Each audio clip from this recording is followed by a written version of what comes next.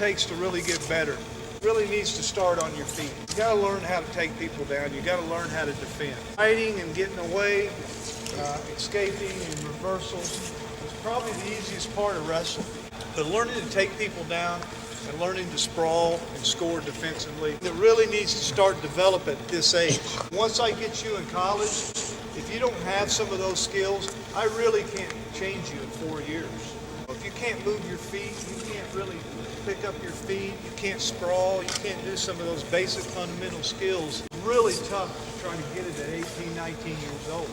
Especially when you're wrestling some of the best wrestlers in the country that are in college. How many of you guys watch the NCAA championships? If you look at the 10 matches in the finals and the 10 matches for third and fourth, 18 of those matches were determined by the takedown. Not by riding, not by turning, but by a takedown.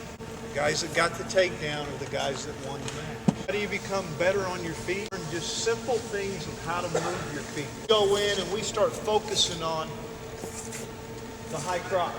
So what we don't focus on while we're hitting that high crotch is what am I doing with my feet?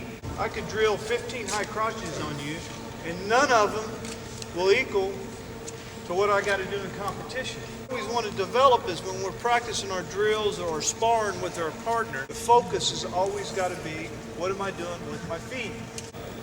We must learn how to move our feet. As you go through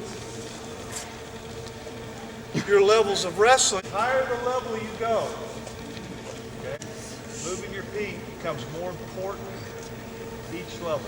So I'm not talking about guys that, when I wrestled, I had a lot of stance and motion, and I learned how to move my feet through a lot of motion. I may have a guy standing still and not using so much motion, but he knows how to move his feet.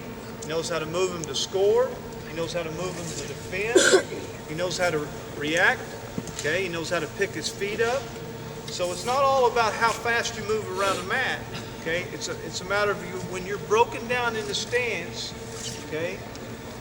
When you're broken down a stance, can you move your feet? Can you move to a score? Can you move to a defense position?